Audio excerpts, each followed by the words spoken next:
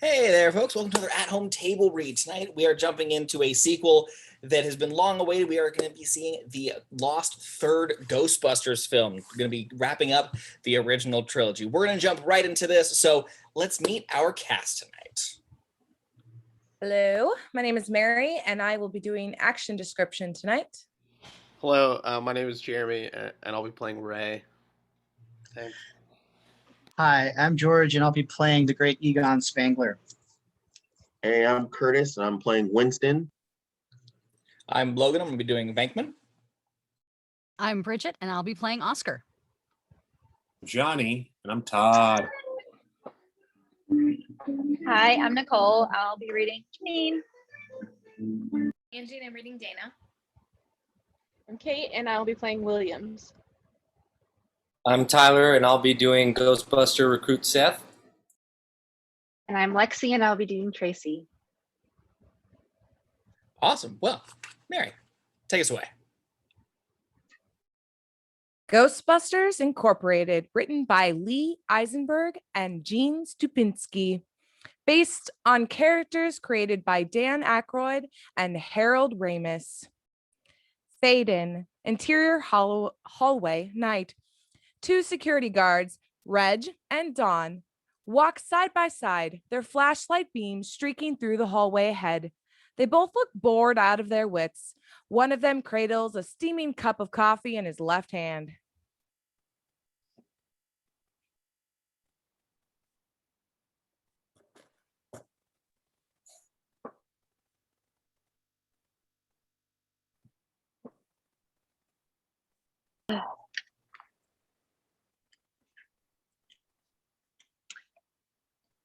So my first reaction is to just turn the thing off, but no, she says you got to power it down first. Otherwise, it won't turn back on. So I'm trying to find the button on this thing, and what do you know? The damn power goes out. Third time in a month. Not sure what Con Ed's getting paid for if they can't even keep up the island lit up.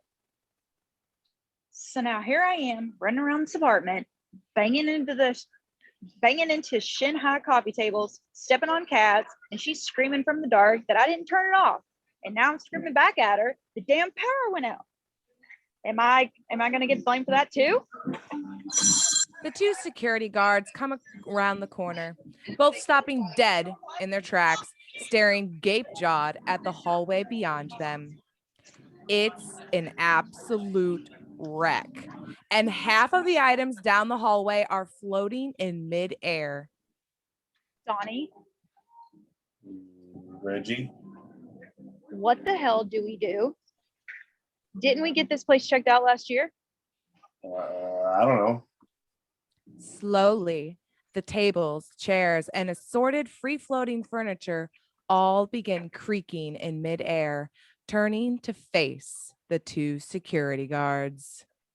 I really think we should probably head back and report this. I don't think we should move.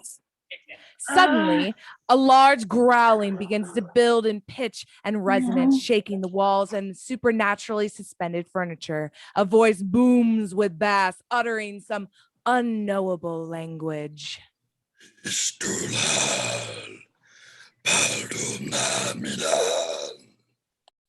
Don and Reg look at each other. Is that French? From behind the furniture, an anthropomorphic shape begins to form, silhouetted by an impossible light. It's human looking, but with impossibly long, thin arms and legs. It's dressed in a black suit and floating above the ground. Hey, buddy, We're freaking close. And once again, the rumbling builds. It sounds like a chorus of 1,000 damned souls screaming in unison, building. The spindly shaped man begins to drift forward, stretching out its long arms towards the security men. Reg's coffee cup shatters to the floor. He and Don slowly back up and scream for their lives as we crash to black. The familiar chords of the Ghostbusters theme begins and the animated logo appears. Dun, dun, dun, dun, dun, dun, dun, dun.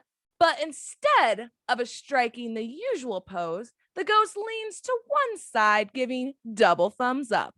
Superimposed title, Ghostbusters Incorporated. And the theme then immediately turns into an obnoxious dubstepped hip-hop remix. Have you ever any unwanted poltergeist activity occur in your dwelling or place of work? Why wait another moment before taking action? Exterior various day.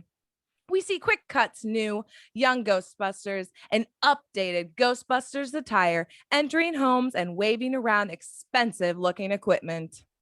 Here at Ghostbusters Inc., we have the tools and trained professionals necessary to take care of any unwanted supernatural disturbance. Interior included garbage day, garages day, Ghostbusters, garages. Cutaway to 4 2012 Cadillac Escalades retrofitted with a gamut of shiny superficial technology hanging off them.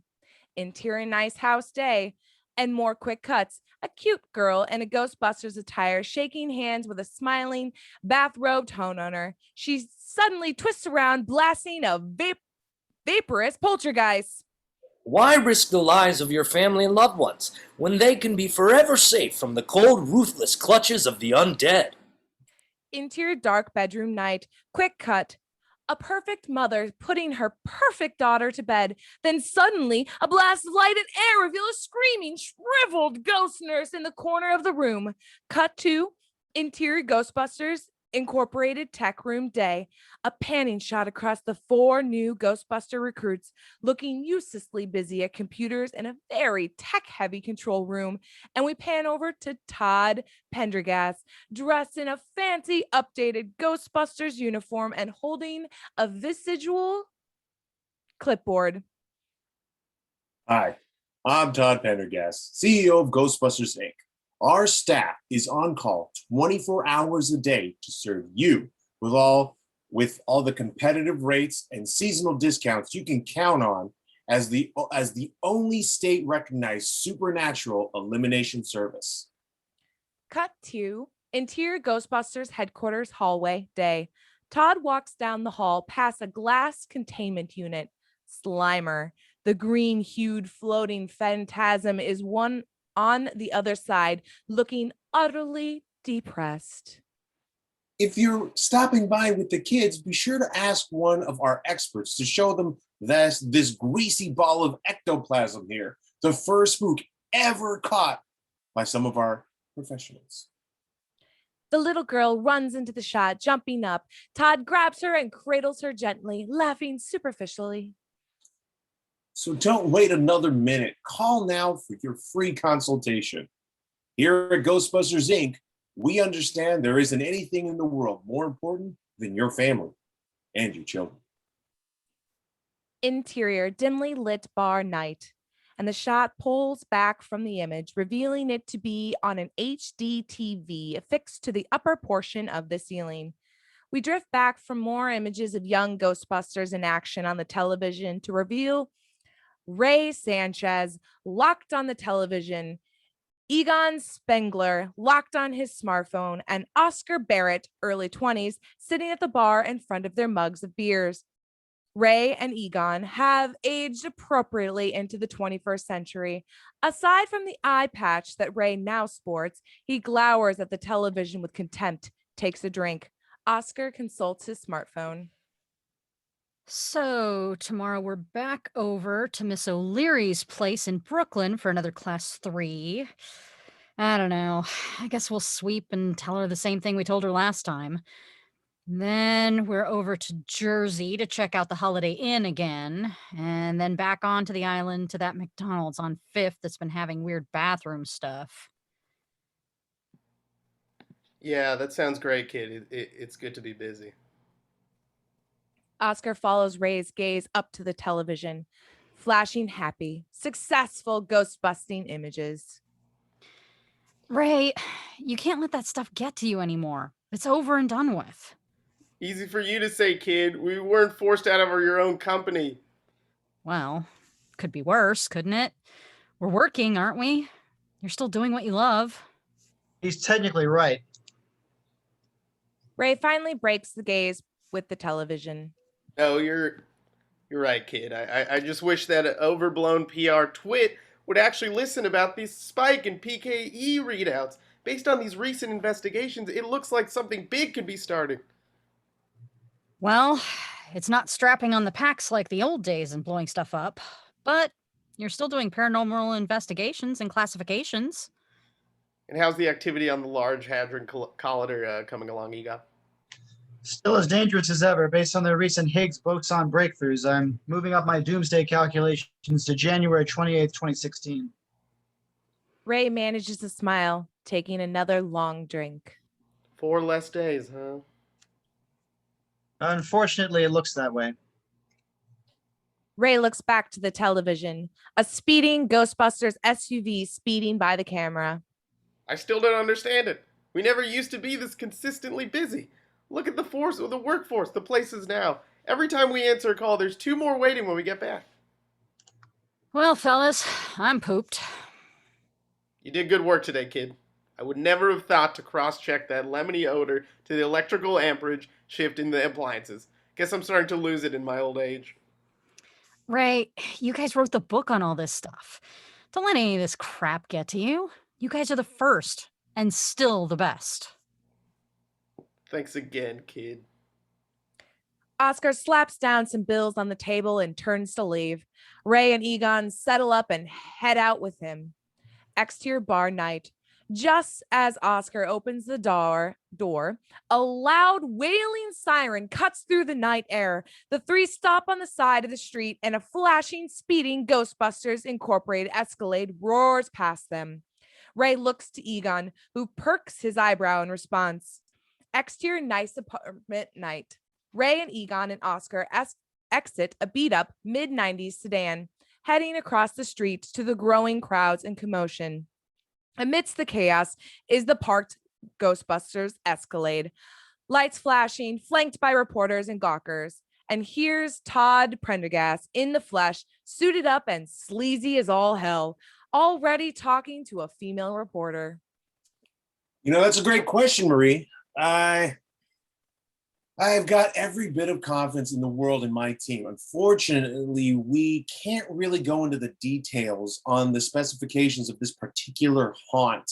But what can I say? Just look at this place, a classic 19th century French architecture at its finest. We can't have spooks putting holes in the walls.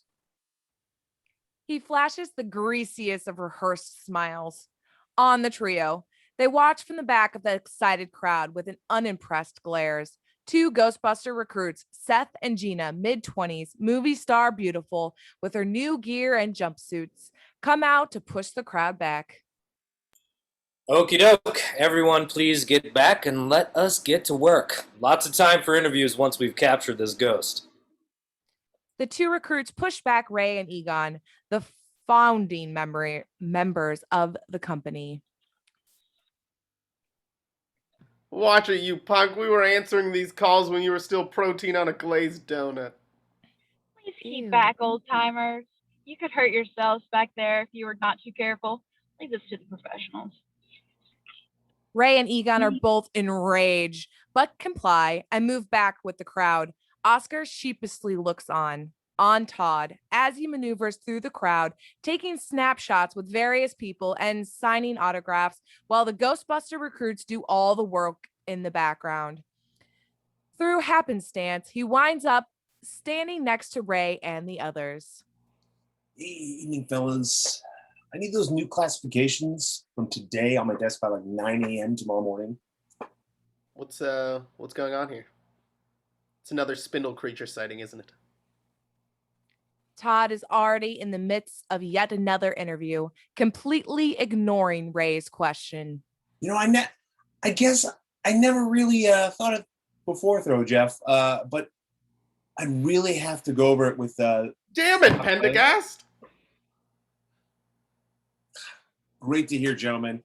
Yeah, nice meeting you. Thanks again for your help. Your classifications are absolutely invaluable to Ghostbusters, Inc. The crowd parts as a police officer emerges from within the building, leading out Don, one of the security guards. He's pale as can be, most of his hair streaked white. But it didn't have a face. Its arms and legs were too long. It didn't have a face. Relax, buddy. We'll get it all down on paper back at the station. The cop puts the mystified security guard into the backseat of the cruiser. Todd and Ray both overheard the conversation. Todd slowly looks to Ray's accusing gaze. That's the 5th sighting of that thing in 2 months. Class 5 cross-dimensional snatcher. Its activity is heating up, and you are reading my notes about are you reading my notes about the PKE surges? Last time we saw activity like that, we would end up spending the 4th of July roasting draconian muzzle slars all over Midtown Manhattan. Hey, the team's already on it. It's just natural fluctuations, nothing to get worried about. I don't know what frat house you recruited your experts from, but you're looking at 2 of the founding members of the company you've turned into an overpriced roller disco, and you'd better start listening to us. Todd has begun to walk away with the reporters surrounding him. 9 a.m. tomorrow morning, don't forget. The crowd dissipates from around Ray, Egon, and Oscar. Ray looks down, and there's a 12-year-old boy with a Ghostbusters t-shirt with the modern thumbs up logo. He looks up with a marker and a piece of paper. Would you, Jarabi? Ray and Egon both smile and happily oblige. That's nice. Robbie, at least someone out there still likes us. Robbie's my dad. He's over there in the car. I'm Maddie. I don't know who you people are. The boy runs off after Todd. Todd, can you make this out to Maddie? Oscar flashes a reassuring smile to Ray and Egon. I'm sure Robbie is a huge fan. Cut to interior sedan night. Ray and Egon plop into the back seat, the beat-up sedan. Ray cranks the keys in the ignition. It spurts to life for a moment, then wheezes, shudders, and dies. Unsurprised, Ray slumps his head onto the steering wheel. Is Winston working tonight? Interior Ghostbusters Incorporated garage night. The interior of the garage is immaculate, with shining tools adorning perfect tables. Down the row of closed garage doors are the 4 brand new, perfect Ghostbusters Incorporated Company SUVs. Off to one corner, covered in a translucent plastic sheet, is the original Ecto-1, out of use, collecting dust. Winston Zeddemore, looking like he hasn't aged a day, save for some gray hairs, is in a mechanic's overall with the Ghostbusters patch on the arm. He and Ray are both under the hood of the Saturn, ratchets and work lights working away. Egon sits off to the side, forever on his smartphone. Help me figure this out, Z. You've been with this company basically from the ground floor, and those corporate weasels have still got you on the night shift mechanics crew? The way I see it, I'm the oldest, dirtiest secret this company's got left now. That you two are history. You know what? I don't take vacations. I don't do sick days. I show up on time and I do my damn job.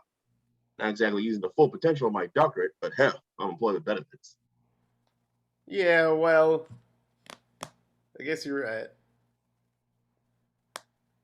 Just then, the far door slams open and 2 of the young Ghostbuster recruits walk past. Hey, Winnie, you gonna have that muffler fixed by tomorrow or what? First chance I get, Seth. Thanks for noticing. No visitors, Winnie. You know the rules. The 2 youthful jerks walk out of the loading bay doors laughing. Christ, this place is... Not a clue between any of those new kids they hired on either. Can you believe that? Oh, I believe it. Image seems to be everything for Todd. I'd love to see some of the stuff they're coming up with in R&D. It feels like forever since I've seen any of the capture equipment. Egon walks over to pour Winston a cup of coffee. Egon, bring me over that Phillips, will you? Egon hands the tool to Ray. It's pretty nice of Todd to cradle you in this lap of luxury while the recruits are driving around those dingy SUVs, huh? I think this is just their way of leaning on us till we just up and quit.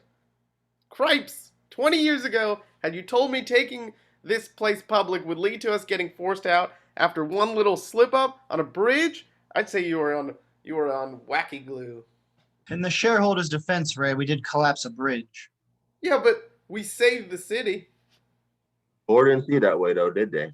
They could have lost the whole company to litigation. Playing the whole thing on you two was the quickest decision those cats probably ever had to make in their lives. You do your damn lucky. They still hire you to do freelance classifications as it is. Cataloging definitely isn't the end of the world, but it just doesn't feel the same without the packs. Need I remind you, all of our equipment, including the proton packs, are copyrighted and privately owned by the Ghostbusters Incorporated arm now. If I remember, that was your brilliant idea. We could get sued if we ever use that equipment in public again. Wouldn't matter anyway. Those old packs are ancient history. Everything's lightweight and digital and high tech now. Makes the old stuff look like lead weights. You wouldn't even know how to work the damn things. Ray's head slowly rises from behind the hood. The equipment locker's still up the hall. Cut to exterior Ghostbuster garages night. Ray, Egon, and Winston stand side by side at the back alley behind the garages. The three of them have the spunky new proton packs on. They're glossy white and half the size of the originals. They also look mostly plastic and extremely easy to break. Ray lights a cigarette, then hauls out the white Neutrona wand. He's surprised by the lightweight. Jeez, this thing weighs like 3 pounds. Oh, here, see the switch here? That's your on switch. Had a little bit of time with these, but I'm not insured like the cadets are, see? I shouldn't even know how to turn them on. Basic layouts seem to remain constant between the models. The triggers are in the same place. All right, everyone ready? Steady? Get your targets picked. Reversed on the three guys, revealing 4 full-size standee cutouts of Todd Prendaghast sticking out of 4 trash cans. He's in uniform and giving the thumbs up with a stupid shit-eating grin on his face. Ready to cook. Hey, Todd. They let her rip.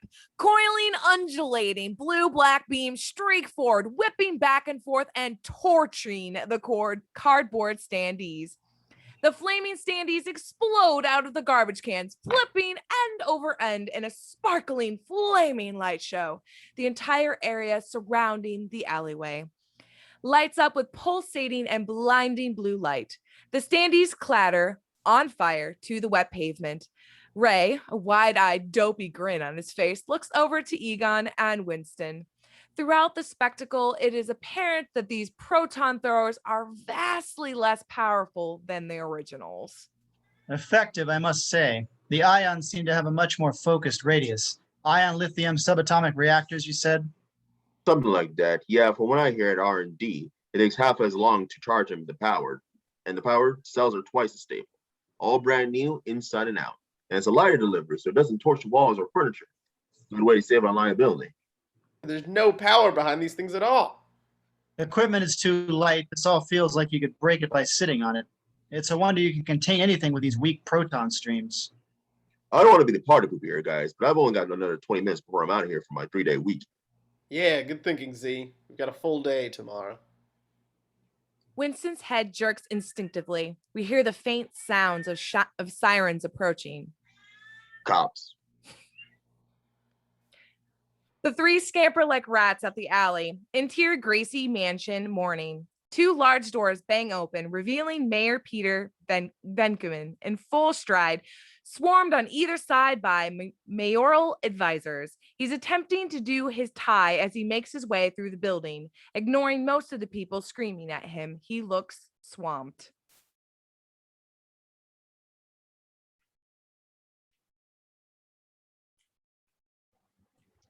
And for God's sakes, don't forget to always avoid eye contact when you thank him.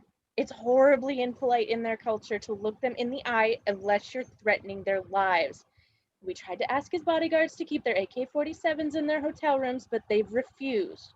We're still trying to get them special firearms carrying permit pushed through for the week. Mayor Venkman, you still haven't signed off on the city agency's budget appropriation. Mayor Venkman, there's still opposition on the new police chief appointment. We need to issue a press statement regarding the unorthodox proposal to the iPhone theft ring investigations.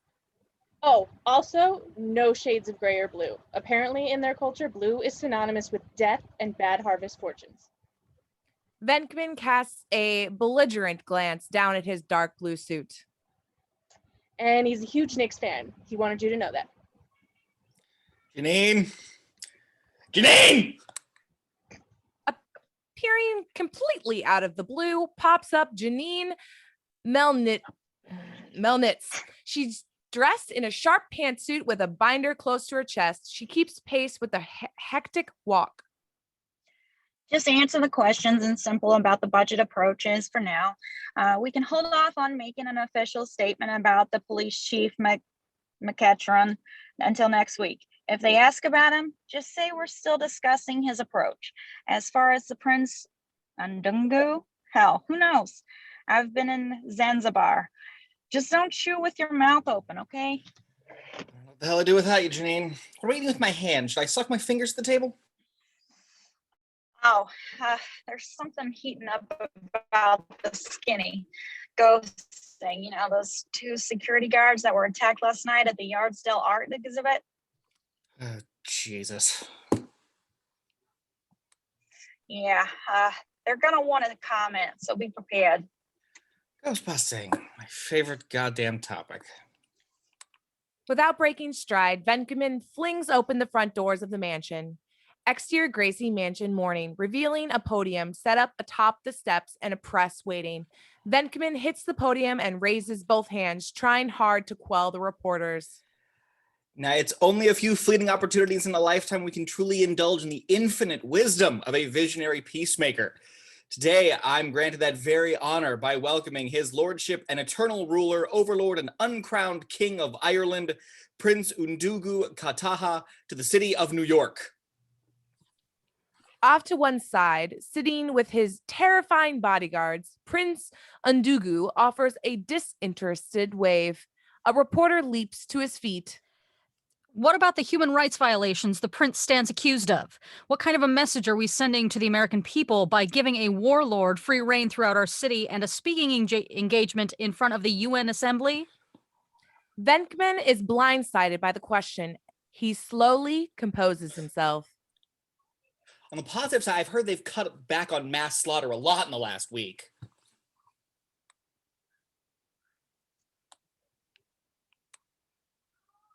Another reporter gets to his feet. One security guard is a raving lunatic, and there's still no sign of another after last night's ghost attack. Descriptions match the last 4 other violent encounters of the so-called skinny ghost. Is there another supernatural threat afflicting the city, and what is your office doing about it? Look, I have a pending meeting scheduled with Todd Prendaghast, the CEO of the Ghostbusters Inc., to discuss those goings on. Look, he also set to make a statement soon on these happenings, which I can guarantee you will be under control shortly. You ran for office on pro-Ghostbusters ballot during the mayoral recall. Some of your critics have accused you of flip-flopping on the topic during your re-election campaign. Look, Gene, they blew up the goddamn Triborough Bridge, and that happened during my re-election campaign. And yes, something needed to be done. Janine steps in to whisper to Venkman, but he brushes her off. Look, Mr. Stantz and Mr. Spengler were owners of the company at that time, and they're held accountable. Our past relationships don't affect right or wrong. That little incident forced my office to institute some house cleaning, and now Ghostbusters is an efficient department as police and fire on a good day. And how did I get talking about the Ghostbusters again? This is the city of New York. People, is nobody worried about the budget deficit? Another reporter gets to her feet. What of the accusations leveled against you by Scooter Greenbaum regarding your financial ties in Ghostbusters Inc.? Wouldn't that constitute a conflict of interest relating to their exorbitant budget appropriation? I'm going to make this clear, Alice. The Ghostbusters is a corporate entity granted operation by my office. Yes, beyond that, I haven't had any association with the company for over 15 years, nor will I ever again. Budget deficit, people. What have I told you? If the city is going down in flames right now. Interior Ghostbusters field office morning. The current office of Ray and Egon is decidedly depressing. It's just a crappy little place with too few windows and a cramped desk space. On the walls are various Ghostbusters related pictures and news clippings. One picture in particular stands out. Insert a clipping of Ray, Venkman, Egon, and Winston standing next to a young, fresh-faced Todd Prendaghast. The caption reads, Ghostbusters welcome first new recruit. Company expansion underway for 1994. Egon sits in the corner of the office, a pile of scrap metal and electronic pieces. He's working on yet another gadget. Oscar walks up to Ray's desk, putting down a cup of coffee. Ray's on the phone. Yes, ma'am. I completely understand. That kind of a disturbance at any level of family gathering would be traumatic for a small child. Ray looks up and nods to thanks to Soul, taking the coffee and leaning back in his chair. Well, ma'am, the earliest we could get to you could be Thursday. Yes, myself and Dr. Spengler will be present. No, ma'am, he's no longer associated with the company. He's the mayor of New York City presently. He is a great guy. Yes, he did shut us down. All right, we'll see you Thursday, Miss Nordling. Give Sally my warmest regards. He hangs up, taking a sip of the coffee. We're 20 minutes late. I know. As if on cue, the door of the office swings open and in walks Dana Barrett, beautiful as always. Her husband, Walt Barrett, enters next. Ray jumps to his feet. Dana! Walt! Great to see you guys! Dana goes in for the warm hug. Walt and Ray shake hands. Egon and Oscar join the group. So sorry we're late, Ray. I know you guys have been busy lately. Oh, it's no worry at all. We've been managing. Oscar begrudgingly comes to the forefront of the group. Nice to see you still answer your phone when we call. Yeah, I didn't see the messages until just now. Well, we're double parked. Think you could hurry it up? Oscar gives Walt a crap look.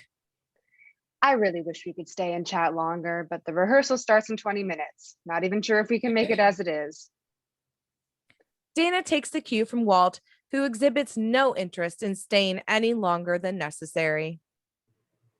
Hate to stop in and run off you guys. Oh, we're on our way to a call here too. We can share the lift down. Ray and Egon hurriedly grab their coats and follow. Exterior city streets day. Egon, Dana, Ray, Oscar, and Walt exit out to the streets. I'll grab the car. Walt jogs across the street. Really great of you two to take him on. It's great that everything has worked out. Yeah, we're glad to have him, Dana. Ray glances to Oscar. It's nice to have some new blood around here anyway. So, how is everything? It's steady. We're going steady. Average workload the last few months comes out to between 2 and 4 classifications a day. We're logging lots of miles. Still think it's awful what happened. You guys don't belong behind desks. We're still spirit cataloging and getting plenty of fresh air. I'm not as young as I used to be, and in this economy, I guess the old adage is true. Only thing that's ever consistent is death and taxes. That's the whole reason I went into this field to begin with. We should all go out to dinner soon. Get caught up. I can't remember the last time we all got together. There's a pretty obvious reason for that. Hey, let's not start in on that, huh, Spangs? Everything has changed so much now. Cartoon shows and video games and products everywhere. See that logo all over the city now. It's so abrasive. It doesn't even mean anything anymore. Once Todd took control of the company, he did what any shrewd capitalist would do with a recognizable name brand. Yeah, the heart's gone out of it. Maybe Venkman was right to leave high and dry and get right into politics when he did. No, Ray. Venkman is never right. He exploited the company's popularity just like Todd did, only he used it to get himself elected. Then at the first sign of trouble, he stood right in line with the critics and threw you guys under the bus to keep himself in office. Mom, come on. Go easy on him. I just prefer not to think of him that way. Have you been in touch at all? Not this decade. Walt pulls the car up in front of them. Well, Egon, Ray, let's get together soon. It would be wonderful to get caught up with everyone. Tell Winston I said hello. Dana and Oscar hop into the car and emerges off into the traffic. Ray and Egon watch the car disappear, their younger days going with it. We're extraordinarily late. Oh, God. Sorry. Interior fancy dining hall day. Venkman sits at a large, well-decorated table with the prince, his bodyguards, and some mayoral advisors, including Janine. It's awkward. Chamber music plays lightly in the background. A row of 3 golden AK-47s are resting against the wood-paneled wall. Weird.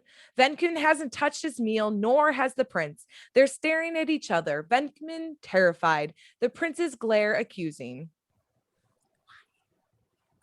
You seem like a modest guy, but also you're terrifying. Yeah.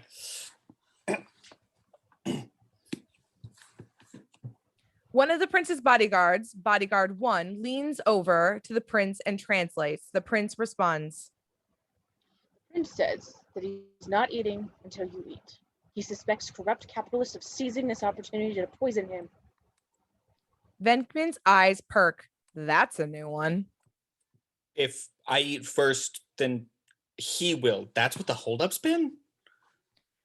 Bodyguard 1 nods slow and exact. Venkman gingerly takes a few bites of the meal. Finest in the city. What is this, Janine?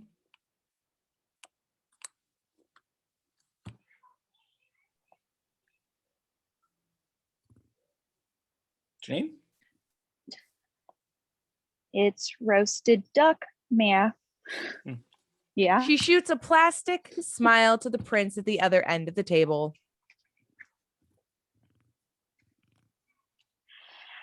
It's roasted duck. The prince nods. Trust your hospitality now. The prince begins to dig in. His bodyguards follow suit. Big couple of days in the city, eh, fellas? Wait till you check out the zoo. You'll go bananas. The 4 men at the opposite end of the table stop eating, giving Venkman another evil glare. Venkman reaches for a bottle of Merlot. Just to be safe, I'm going to down the wine first, too. Interior cruddy apartment day. Egon and Ray, utterly sucked of enthusiasm, are finished the apartment checkup. Ray is speaking to the homeowner, Miss Tilden, while Egon goes the final sweep. Thanks again for your time, Miss Tilden. We're fairly convinced this is a routine spook infestation, Class 2. Still something to be worried about, but trust us, it could be far, far worse. So it's just gonna clear itself up? Where's all your goo gone, dear? Ain't you gonna trap something? No, ma'am. As captains of the operations, we gather all the pertinent information regarding the class of phantasm infestation, then submit our findings. You'll then be contacted by a Ghostbusters Incorporated representative regarding a suitable time for the recruits to come and take care of the pesky poltergeist. I seen on the news you got kids doing all the work now. Far from it, ma'am. Ghostbusters Incorporated only utilizes trained professionals to handle your elimination needs. After that, your place will be sound as a pound. You're trying to tell me you're bigwigs with this place and they've got you two talking to old ladies in the Bronx about haunted toilets?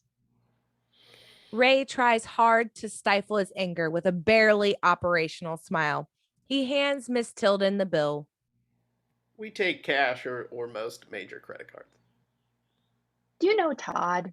What's he like in real life? Exterior tenement building day. Ray and Egon exit the building and head down the busy sidewalk. I think I'm finally there, Spengler. Oh? Yeah, between the junk hours, the flammable company vehicle, and the equality of customers, I think it's time to throw in the towel. From a mental and emotional perspective, I can understand your rationale, but where is an aging parapsychologist going to find another job in his field in this market? I don't even want to think about it right now. All I know is I think it's about time I have a little chat with Mr. CEO about some changes. They stop at a bus stop, checking their watches. Ray, it's not like either of us have a retirement plan, and we didn't exactly sap the company dry with what we got in the buyout. I don't know, Spangs. I just don't know. Ray looks either way for a sign of an oncoming bus.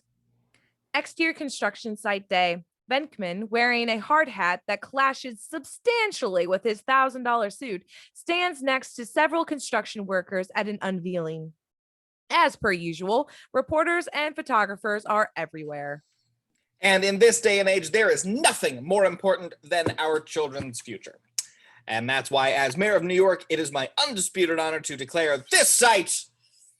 All around the site, the sounds of sirens grow. Venkman and others all slowly look around in confusion as a large assortment of emergency vehicles rip by the construction site, followed by 2 wailing Ghostbusters SUVs. A young reporter leaps to his feet, still with his phone to his ear. Mayor, any comment on today's ghost attack on the Grand Central Station? Witnesses' reports suggest a link with the other skinny ghosts, disturbances that have been sweeping the city. Venkman angrily lowers the comically large pair of scissors in his hand. He glances over to Janine, also wearing an ill-fitting hard hat. She sheepishly shrugs. That's something my office is looking into, Wendell. Interior Ghostbusters Incorporated headquarters day. Todd Prendaghast comes around the corner, trailed by Ray Sanders and Egon Spengler. It's a hurried walk and talk. Ray's got a large old book under his arm. The Ghostbusters Incorporated office are immaculate and pristine, with interns and secretaries all busy at work. Countless news stories are framed on the walls, along with cheap pictures of flowers and cats. And I would be doing my colleagues in the city a disservice if we didn't pursue this further. It's like you're not even listening to our advice on what's going on here. It's a marvel nobody was killed at that train station. Ray, I've got my best people on this. I've seen the kids you hired. None of them have a damn clue what they're doing. You handpicked a couple of know-nothing FAO Schwartz models, so the cover photos on the New York Times look good. They walk past an open office. Within are 2 of the recruits drinking beer with their feet up. Todd stops, slapping a hand on the door frame. Seth, Matt, what the hell? Knock it off after 5? The 2 younger Ghostbuster recruits begrudgingly put down the beer cans. Todd and the group pass Slimer's glass-encased ecto unit next. Ray is struck with pathos as he and the green Spud make eye contact for a moment. If you'd listened to us after the second attack, we'd already have captured this thing in Harlem. Long, slender arms and legs and a suit and a tie that matches every other spook we've ever seen in days we've ever taken down, you guys. And what about the car? That piece of junk is still in the shop. We've been bussing it from call to call, Todd. A secretary comes up alongside Todd. She's flanked by 2 men in suits and shades. Mr. Prendaghast. Not now, Bridget. Sir, this is important. Put it in a memo. Walk and talk. And, that's really out of line for accusing me of just sweeping those ghosts under the carpet. I have a competent staff that deals with the elimination of these things, and I resent the suggestion that I'm doing anything but. It's been dumb luck that you've only had to deal with routine infestation since you took over this place. You're running this place's credibility into the ground while we're running around classifying the same classes of ghosts over and over again. Todd bangs open the door to his office. Ray and Egon follow. Interior Todd's office day. Yep, the office is also immaculate. A huge view of the city out every large window. And I'd love to see what you and these frat house clans would do with the level 4 cross rip. Startling all of them, on the other end of the room is Venkman, his tie loosened and a glass of scotch in his hand. What in the hell, Todd? Todd is caught off guard. Egon and Ray stop in their tracks. Venkman catches himself. The 3 haven't seen each other in a dog's age. Lots of past hostilities still just bubbling under the surface. Venkman. Ray. Nice to see you again, Peter. Spangy. Venkman immediately goes back into mayor mode, pointing a finger at Todd, ignoring the others. Look, I'm getting more questions about ghosts than I am about the stupid budget, Todd. And the budget isn't interesting or good right now. When is a city budget ever good or interesting?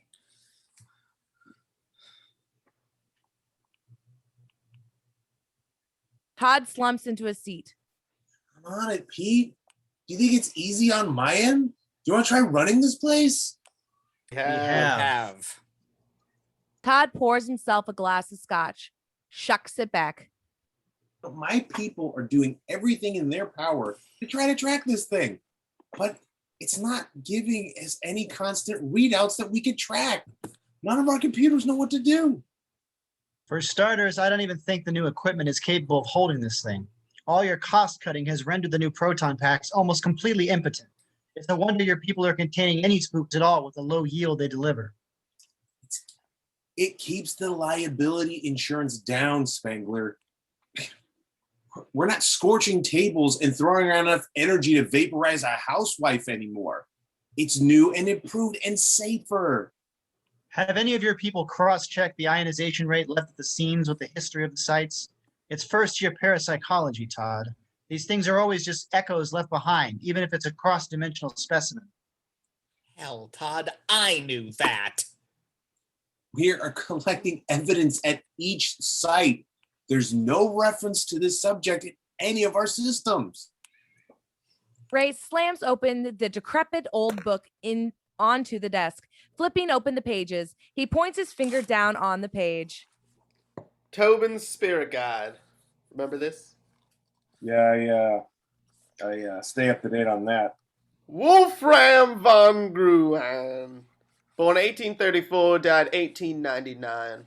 One of the head architects of the Chicago World's Fair of 1893, alongside Burnham and Root. Ring a bell, Todd? Todd goes silent, staring down at his drink. The Chicago World's Fair was the grandest exhibition of its time. Ferris wheel got its start there. What nobody put together until much later was the large amount of people that went missing during the fair's run. Number was in the hundreds. Insert the book. The dour and ominous black and white photo of Von Graun vaguely matches the spook scene attacking the security guards. He looks like one weird-looking dude. It took the police a few years to piece it all together, but it wound up Von Graun was secretly the owner of a Chicago hotel he had designed himself. Had all the standard amenities of the time, except with hidden sacrificial chambers built into every floor. But does any of this got to do with what's going on? Venkman raises a shh finger. That's one, Todd. There was a massive subterranean where most of his dirty work was done. He believed that by collecting souls for the afterlife, he was in effect becoming immortal himself. The authorities didn't see it that way. He was placed in a sanitarium pending his trial. He never made it to the hangman's noose, however. He died under the state's custody awaiting trial in the booby hatch. Venkman is beyond frustrated. It took him 10 minutes, Todd. 10! With a musty book. And you have the internet now, Todd. You can find videos of auto-tuned monstrosities and people dropping phones into the river at the push of a button. Well, that doesn't tell me anything about how to stop this thing, does it? Venkman's anger boils. He points to Ray and Egon. 10 minutes! The impounded items from the hotel were sold off at police auctions. Because of their macabre associations with what was the trial of the century, they were sold plenty fast. Ray pulls a map of New York City out of his pocket and slams it down on the table. It's got circled notations all over it. Every site of this so-called thin ghost correlates with items bought at the police auction. Whatever it is Van Gruen was, it seems to be back and drawn to those places. And this leads us to the part where you know how to stop this thing and get New York Times off my ass, right? Not unless we could find an old copy of the auction records to cross-reference the buyers. But that would be well over 100 years old. All that's stopping us from figuring out how to stop this thing is time and some research, both of which we're well prepared to make in order to help Mayor Venkman to get the city back to working order. A shark's tooth grin spreads across Venkman's face as he eyes Todd, sitting behind his desk. You best get that nice secretary of yours to draft a press release, Todd. We're going live with this tomorrow. Todd looks at Venkman with a, "What do you want me to do?" gesture. Move your ass, Todd! That does it. Prendaghast jumps to his feet and runs out the office. Venkman, Spengler, and Stantz are together for the first time in a long time. Nobody knows what to say. It'll be nice to have you guys back in charge around here again. A moment of silence between them. Then finally, You hung us out to dry, Pete. Don't think we'll ever forget that. Venkman nods, taking the hit. He grabs his overcoat, draped over a chair, and silently exits the room. Exterior Columbus Circle Day. We pull back from Todd Prendaghast's worried face to reveal him sitting on a stage off to the left by himself. Across from him sits Janine, Winston, Egon, and Ray atop a stage built in front of the USS Maine National Monument. In the front row, intermingled with the crowd, sits Dana, Oscar, and Walt. Behind a mayoral podium is Venkman, dressed in his usual expensive suit, but with a powder blue Ghostbusters ball cap on his head. He addresses yet another huge gathering of citizens and reporters. So, in direct response to this growing conundrum, and due to my lack of confidence with the current CEO, as mayor of New York City, I hereby reappoint Drs. Stantz, Spengler, and Zeddemore, heads of Ghostbusters, Inc. And it is my hope that their expertise will lead to a quick resolution of the problem currently plaguing our fair city. The crowd claps and cheers, getting to its feet. Reporters stand and bark questions at the stage. A familiar reporter gets to his feet in the front row. What gives the city any right to make such appropriations? Isn't Ghostbusters, Inc. exempt from city involvement? Gene, time and time again, the original Ghostbusters founders have been on the forefront of our defense from these supernatural occurrences. Venkman motions behind him with his hand, exempting Todd. And so, through necessary committees, in light of these recent incidents, Ghostbusters, Inc. is hereby appointed an essential service, and thus, it falls under city governance. Do you really think it's a responsible decision from the mayor's office to put the people who blew up the Triborough Bridge back in charge? Behind Venkman, Winston raises a hand. Nothing to do with that. Venkman turns to the group sitting behind him. Get up here, everybody! The group, including Janine, stoically get to their feet and stand alongside the podium. How fast are we to place the blame when these people's successes far outweigh their failures? Anybody remember that giant marshmallow thing that tore up the city? Or that museum that got covered in jello? Yeah, and it cost the city millions of dollars in damages after you people rode the Statue of Liberty through downtown. The crowd begin to hum and haw, unconvinced. I told you we should have patted her feet. The cute reporter gets to her feet next.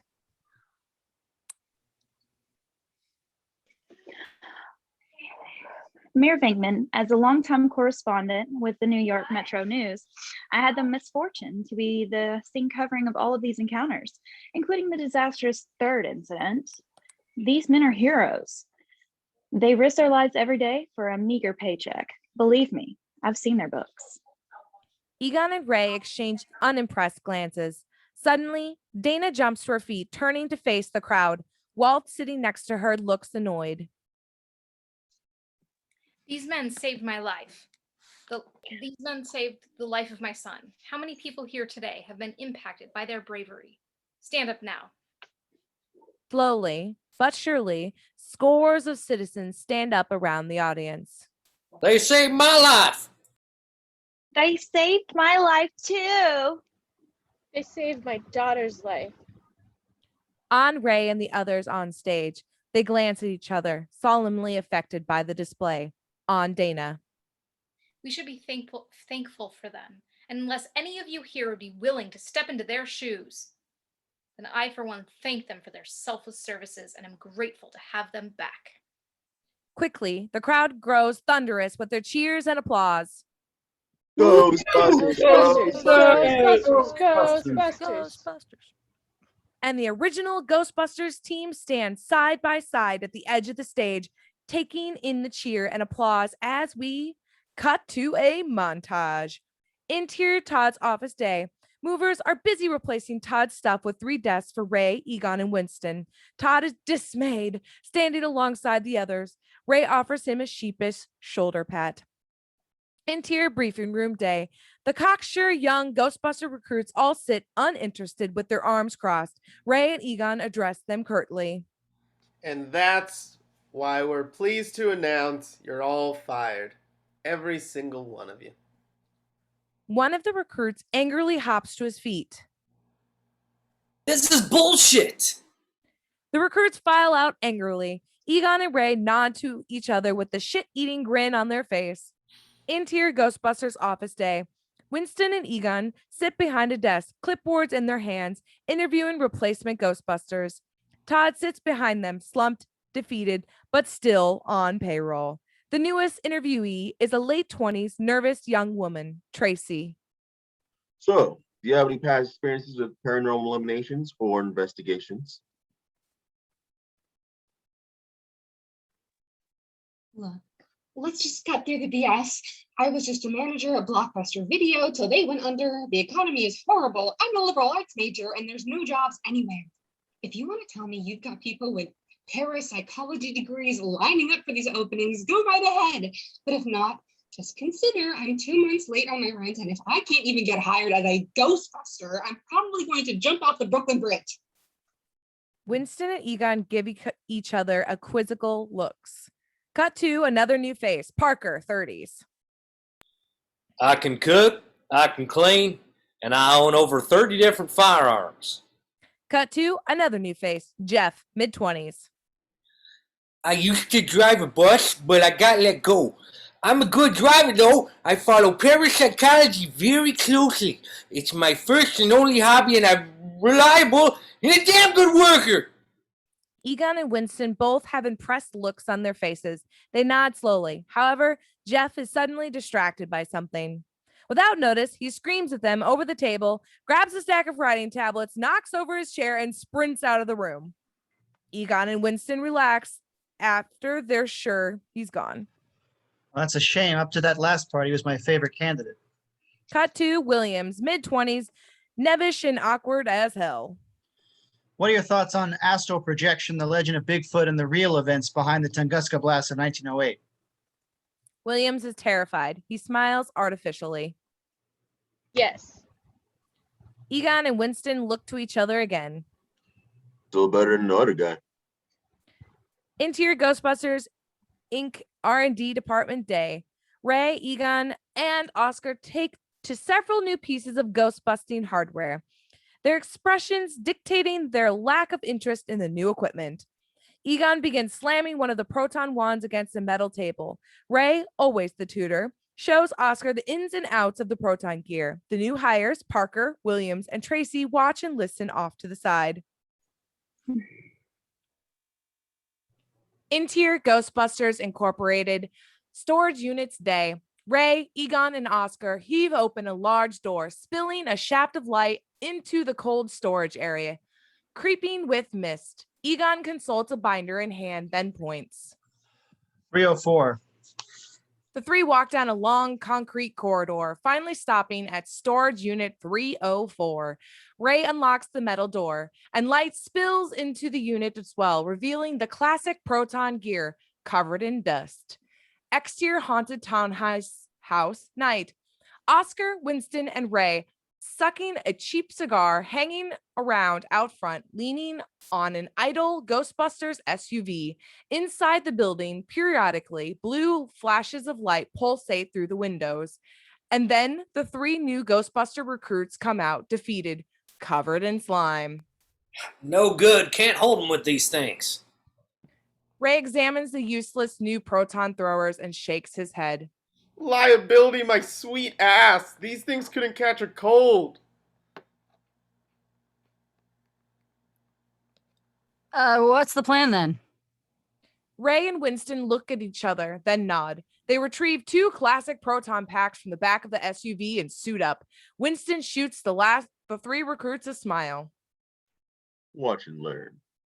On the building, Winston and Ray jog up into the house. The recruits follow. No sooner are they inside than a white and red flash of light streaks through the main floor, shattering all of the windows at once.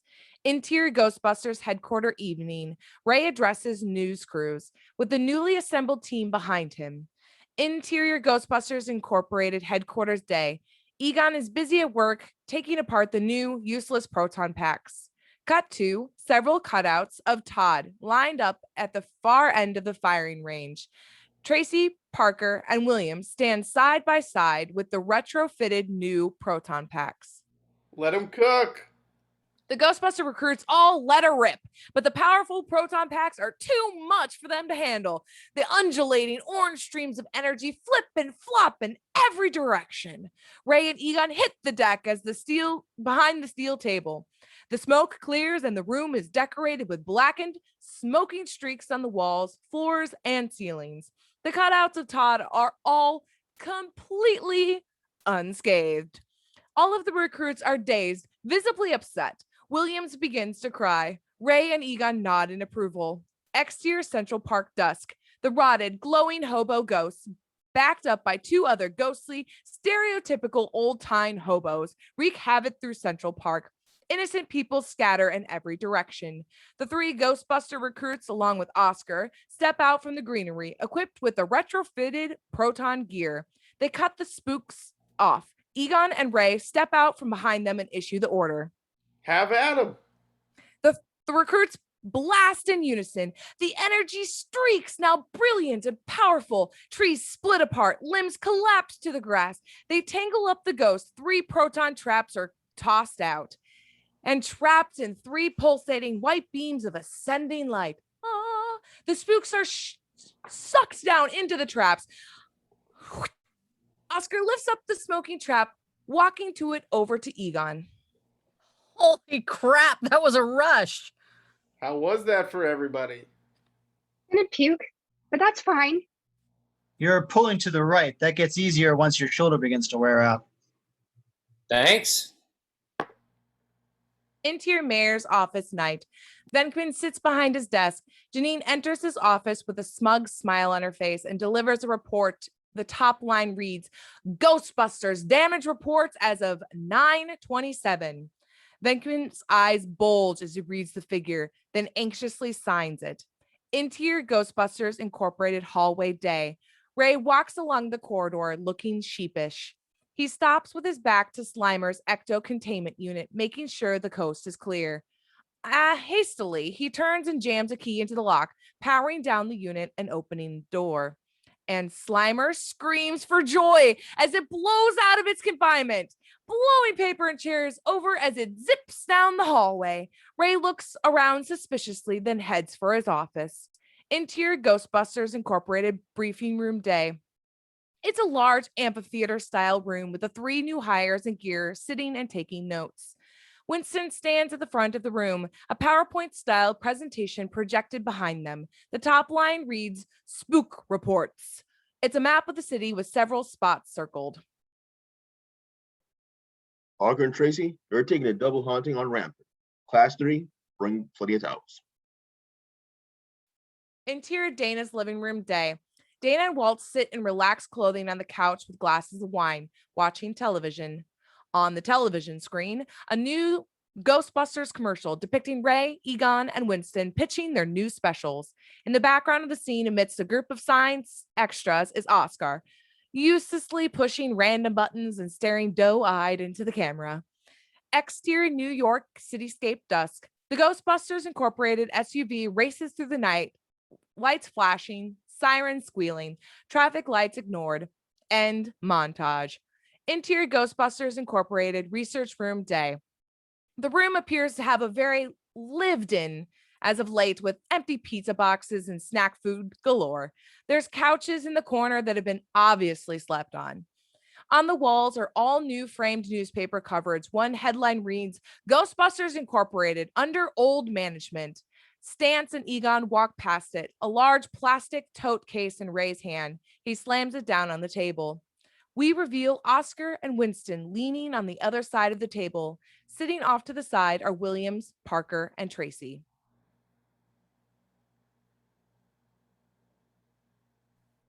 I got 3 calls I've got to worry about this afternoon, Ray.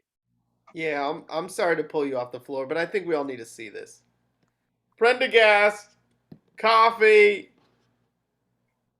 Todd gets up from a comfortable seated position behind the group, barely acknowledging Ray as he exits the room to prepare coffee. Egon starts taking out items from the large bin, among them old books, lampshades, pieces of cutlery, suit of armor gauntlets, and a musty chop hat.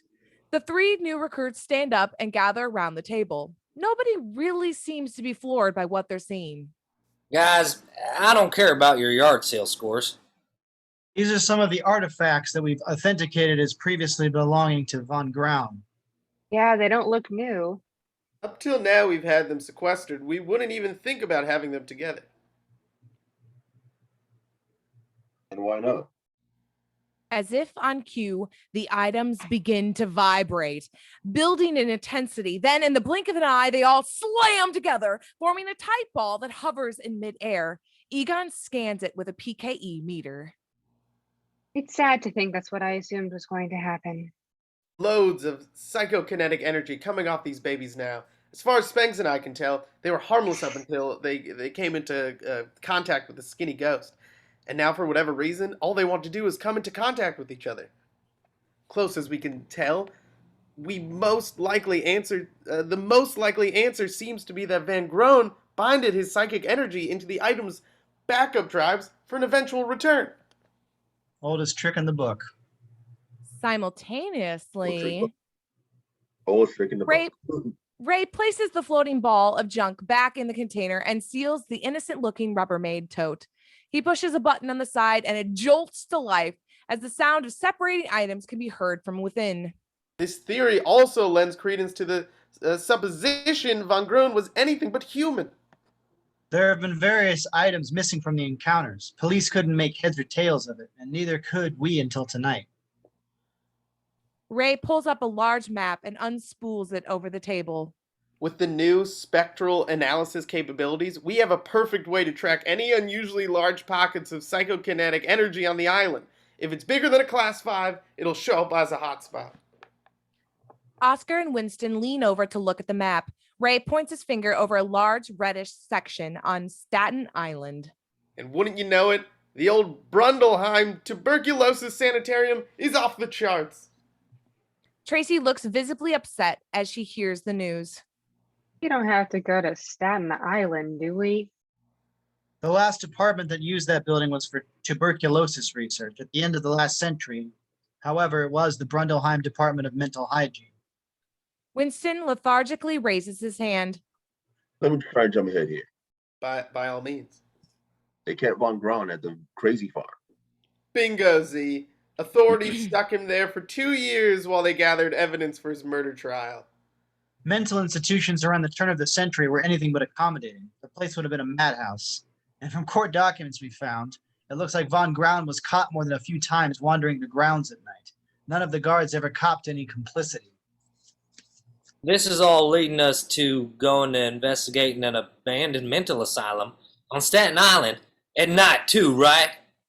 Parapsychology 101, Parker. Everybody leaves a piece of psychic evidence when they die. The worse the state of being, the messier the stain.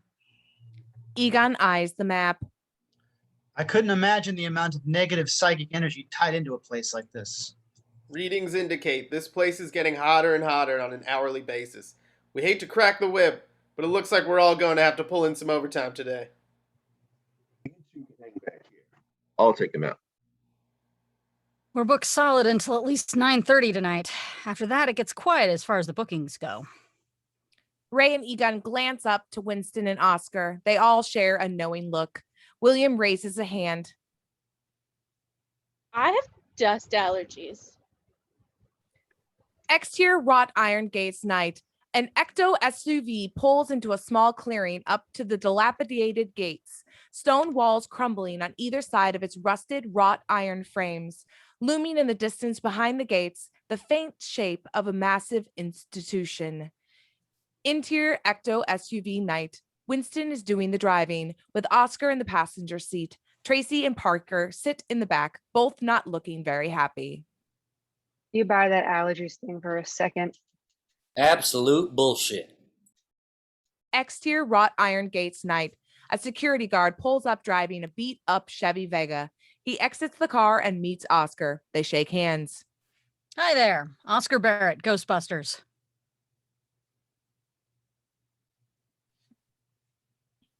The hell you got in your head?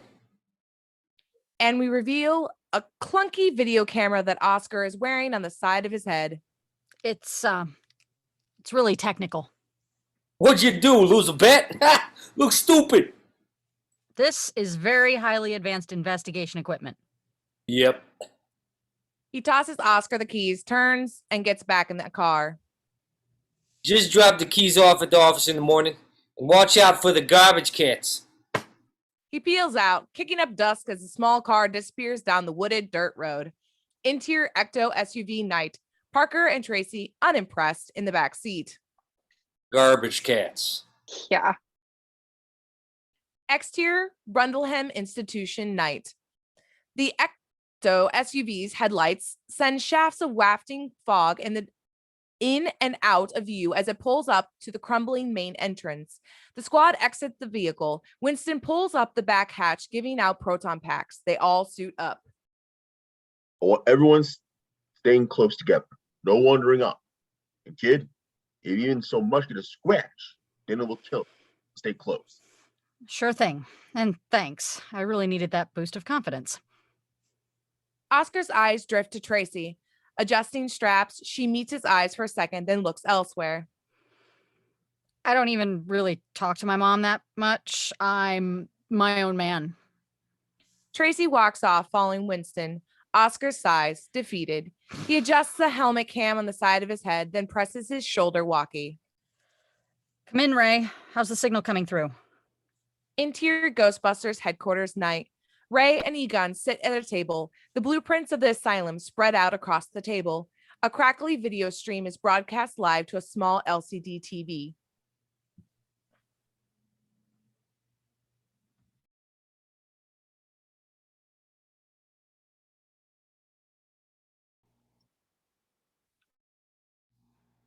Signal's coming along just fine, champ. We're with you in the trenches here all the way. Williams appears with a tray of hot chocolate in Ghostbusters mugs. Hot cocoa! Interior Brundleham Institution night. A rotted gate slams open as Winston delivers a mighty kick, snapping it off its hinges. All of the team have shoulder-mounted flashlights, casting small beams of light throughout the rotted interior of the labyrinth structure.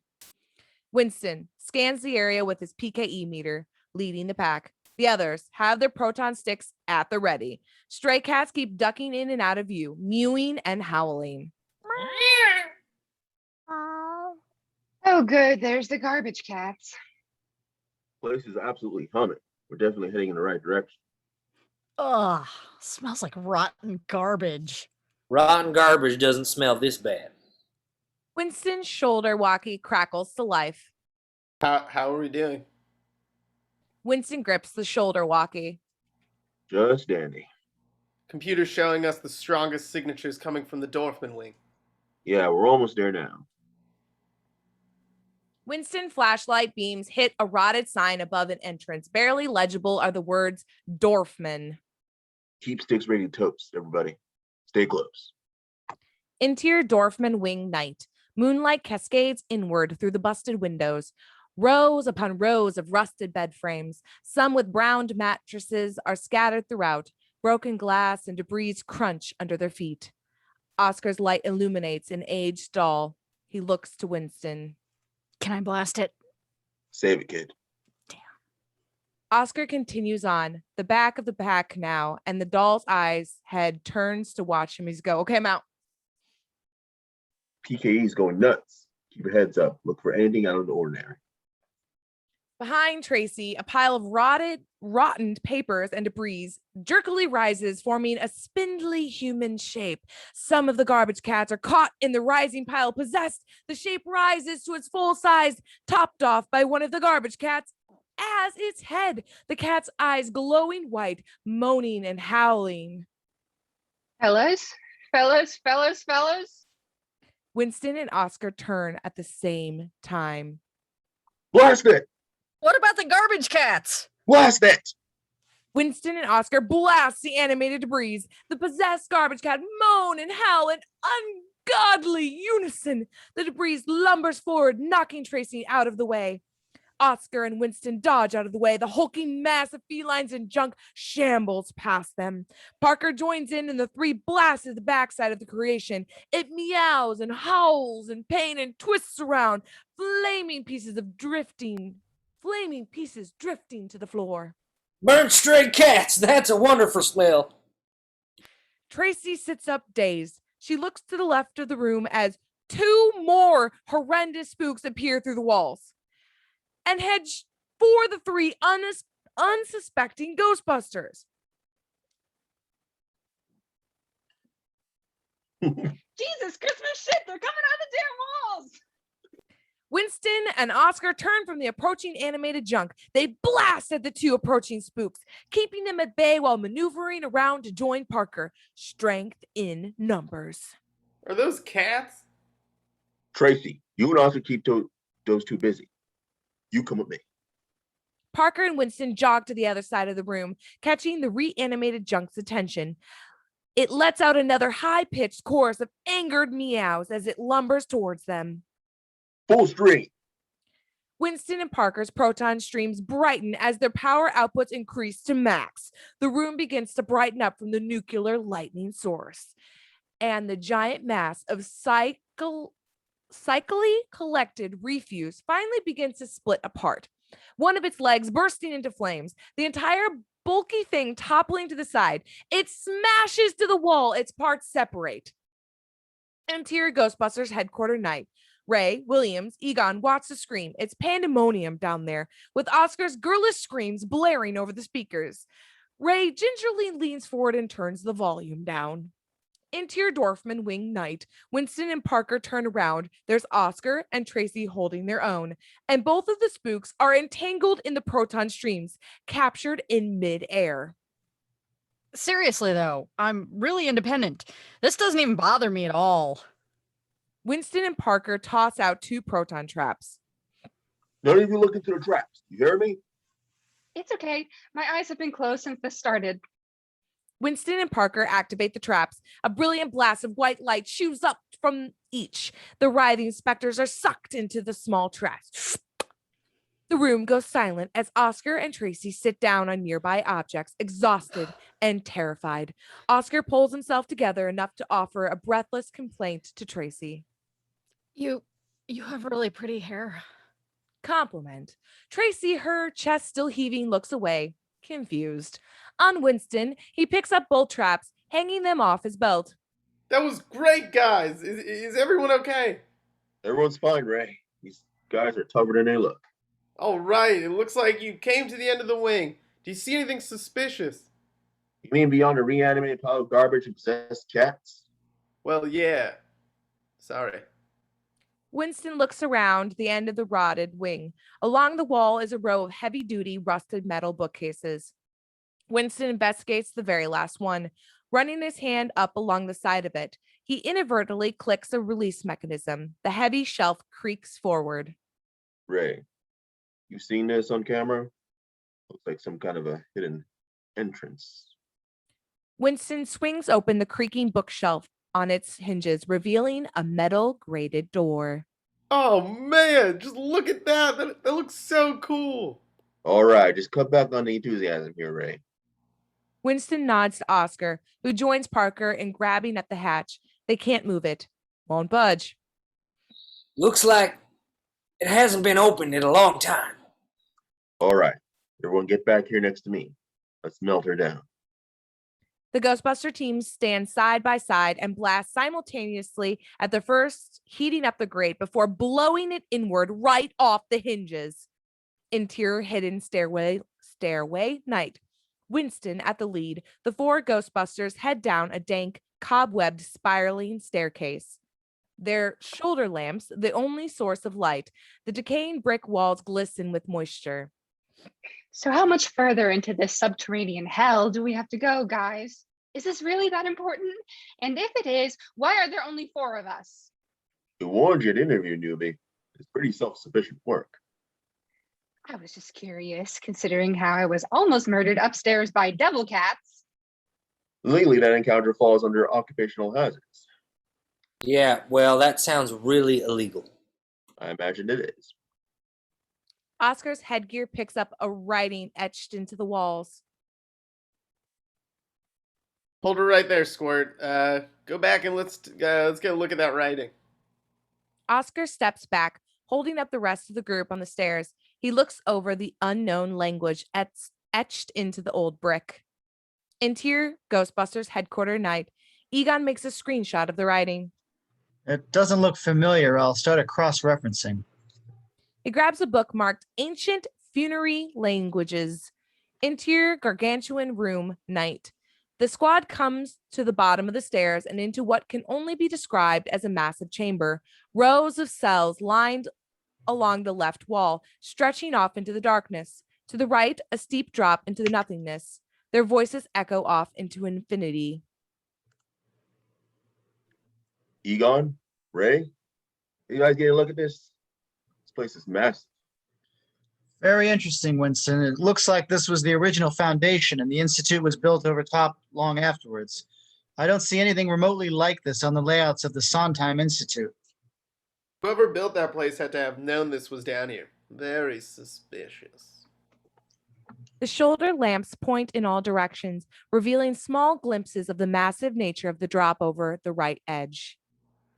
Think about it, Z. You've got an endless supply of human experiments or sacrifices at your disposal with that institute right above. People know. The lamp beams shine through the wrought iron cage doors to the left, revealing the empty, dank cells within. Rusted clamps and chains hang off the walls. I think it would be too much of a coincidence for Von Graun to have been kept at this site. Whoever ran the sanitarium must have pulled some strings to get him. He'd be a perfect patient, wouldn't he? All right, this is ridiculous. I'm done. I want to go. I don't really like her, but I'm kind of with the crazy one on this. Winston turns back, annoyed. Go right ahead, rookies. We'll meet you back at the car once you collected some samples and evidence. He pulls out the PKE meter and slides on a pair of ecto goggles, turning back to examine the cavernous drop. It's going to eat people. That's what I'm saying. Parker and Tracy look to one another, then back to the creepy ascending stairs. They both know they're not heading back without Winston. Oscar passes Winston, examining each empty cell, walking further and further ahead on the platform. Looks like 20 or 30 cells. Give them each a PKE scan and see if anything pops up, kid. Oscar gets his PKE meter and switches it on and immediately buzzes to life as he aims it at a cell. Oscar looks down quizzically at his hand. It's smoking. He has just enough time to turn to the others before a streak of purple electricity blasts through his body, lifting him off his feet. Kid! Oscar's weightless body is wrenched left and right, an unseen force, his eyes glowing. White light shoots from his open mouth, and the entire cavernous area begins to vibrate and shudder. Pieces of brick and foundation crack free from above and shatter at the ground squad's feet. See, I said it was going to eat people. Hey, what the hell's going on down there? And just as suddenly as it begins, the falling debris and rumbling stops. A booming, demonic voice blasts forth from Oscar's floating body.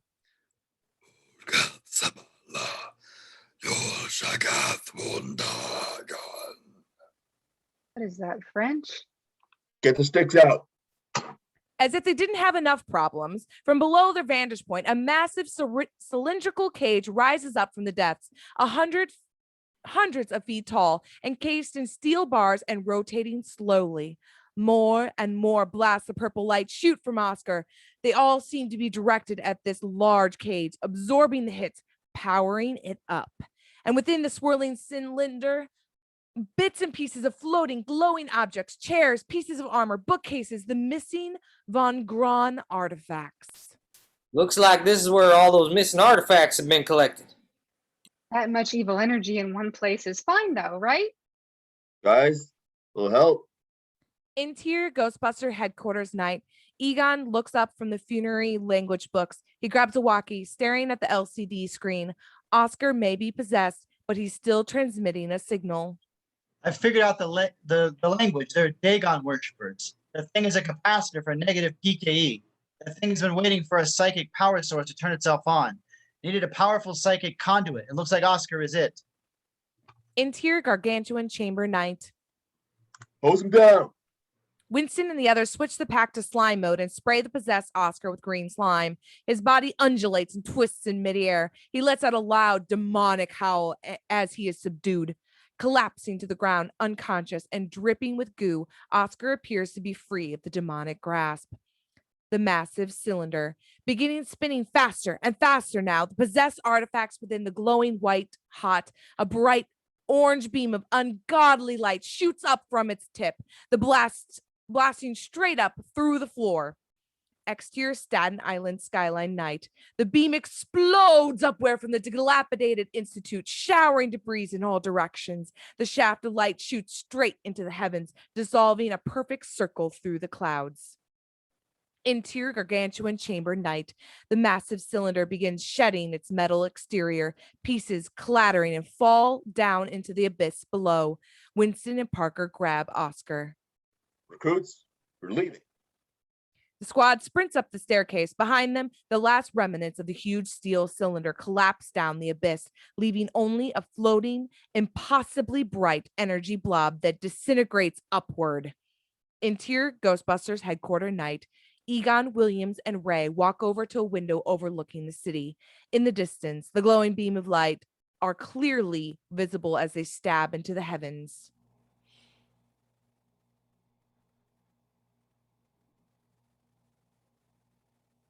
Oh my god. I gotta call my mom. Egon and Ray look at each other. Gotta get to Venkman. ASAP. You think we'll be able to get a cab in this climate? I think there's a car in the shop we can take. Interior city streets night. Cars and buses come to dead stops as the busy streets, the citizens of the Big Apple collectively looking to the skies. The clouds, swirling and pulsate, bursts of red electricity pulsing through them at random. The black energy clouds moves out over the city. Interior Gracie Mansion night. Venkman is at a late dinner with Janine and several mayoral advisors. They all staring, transfixed, out the window at the supernatural vision before them. The sparking clouds continue moving over the city, heading towards the ocean just off the tip of the island. Somebody get me the Ghostbusters. Exterior city streets night. Dana and Walt exit an apartment building and seeing everyone stop dead in their tracks, follow the collective gaze skyward. Dana reaches over, taking Walt's hand. We need to go. Exterior Gracie Mansion night. People are running and screaming in every direction out front of the mayor's mansion. Pandemonium everywhere. Screaming down the street, sirens wailing, lights flashing. It's the original Ecto 1. The vehicle skids around a corner, bumping up into the curb and coming to a stop. Ray, Williams, and Egon hurry out, sprinting up the steps. Ray! Ray turns, seeing Dana and Walt running up to them. Where is he, Ray? Where's Oscar? Where's our son, Stantz? Ignoring Walt, Ray takes Dana by the arm, reassuring her. He's safe, Dana. They're on their way here now. Come on inside. I didn't know where else to go. You did the right thing. We'll get to the bottom of this. Interior Gracie Mansion night. Every member of the mayoral staff are all glued to the windows, passing around popcorn. The pulsating black clouds are now off the tip of the city over the ocean. Stantz and the group walk through the mayor's mansion unimpeded, past the group of window gawkers. Interior mayor's office night. The doors fling open to the inner chamber. Stantz, Egon, and the others enter. Venkman stands at the window, his tie undone, another glass of scotch in his hand. He quickly downs it, trying to be discreet about it. There's about 8 advisors and officials in the room. They all don't look happy to see Stantz and Egon. Where's the rest? They're on their way. What about the kid? He's fine. Relieved at the news, Venkman puts down the empty glass. Dana and Walt are the last to come into the office. Pete Venkman is stopped dead in his track. He and Dana meet eyes. Dana doesn't give him the time of day. She walks over to the window, worried. Walt joins her. Venkman curtly turns back to Ray and Egon. The head of the fire department would like to know what's going on. This could be the big one, Pete. Janine, sitting off behind the group, chirps up. I could have told you that. But once I saw something actually ascended to the heavens from it now, and I canceled my plan. Venkman and Ray turn to Janine, eyebrows cocked. Venkman, tonight, Winston and the recruits were investigating a focused PKE pocket on Staten Island. There was an ancient negative energy capacitor in the catacombs beneath the building. It looks like Oscar triggered it. We triggered it? This thing was collecting negative energy from Van Groon and the cursed artifacts powering itself up, getting more and more PKE juice. I'm sorry to have to tell you this, Dana, but it looks like Oscar has the same affinity for attracting negative psychokinetic energy that you do. Oh, that's just great. Maybe that shaking bed thing wasn't just puberty after all. Oh, bullshit. The group turns to Williams, sitting in the corner, his nose in the funerary languages book. He looks up, visibly shaken. If this is what I think this is, then I understand why that PK energy is collecting over the ocean. The whole room goes silent. Everyone slowly leans in. Good, right?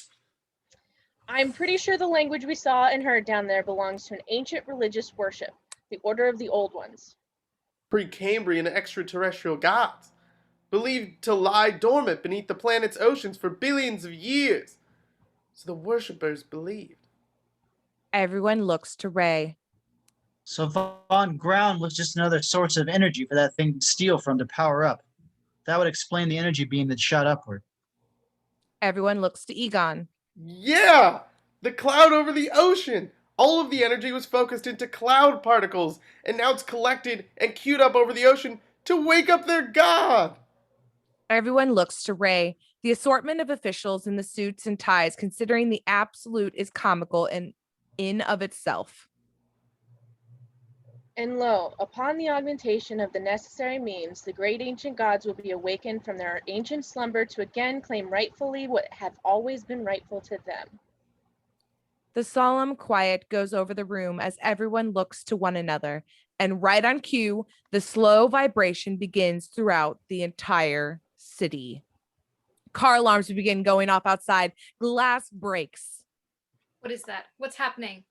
And Venkman, Spengler, and Stantz look at each other with a nonverbal understanding of what's coming. Something big. Exterior New York City night. From the tip of the island, the ocean depths loom before the bustling metropolis. Above the pulsating energy cloud crackles flashes. A blinding beam of energy shoots down, smashing into the glassy surface of the ocean. Down, down, down to the very depths beneath the ocean surface. A dark shape forms, a tremendous shape, an impossible shape, displacing tons and tons of water as it slowly rises from the encapsulated depths. Interior Gracie Mansion night, one of the advisor gets off his cell phone. Mayor, President is on the line. Lenny? Yeah, and we need to go ahead and have Gina on the line. We need to go over the emergency scenarios. They're already convening. Beckman grabs his coat, turning to the group. What do you need from the city? We'll head off whatever that thing is at the Brudgemore docks, but we're gonna need backup, Pete. And lots of it. National Guard work? It's a start. And get an official escort to meet up with Winston. At the rate this city's going to hell, he'll be all night getting here. Get on top of that pronto. I'll be along in a minute. Janine and the officials exit. Ray? Stay here, Dana. It's safe. Oscar and the others are on their way. We've got work to do. Ray, Egon, and Williams head out of the building with no time to spare. Venkman stands alone next to his desk. Dana and Walt, the only others still in the room. Walt senses what's going on. I'm going to go grab a coffee. He exits the room. Good to see you again, Dana. I wish I could say the same, Peter. A moment of silence passes by. He's fine. Oscar. Oh, and when have you ever worried about that? Another moment of hostile silence. He's my son too, Dana. You haven't been a father to him in a long time, Peter. You never gave me a chance. They need examples, Peter. They need someone there. Once it loses its appeal, you just push it away like everything else.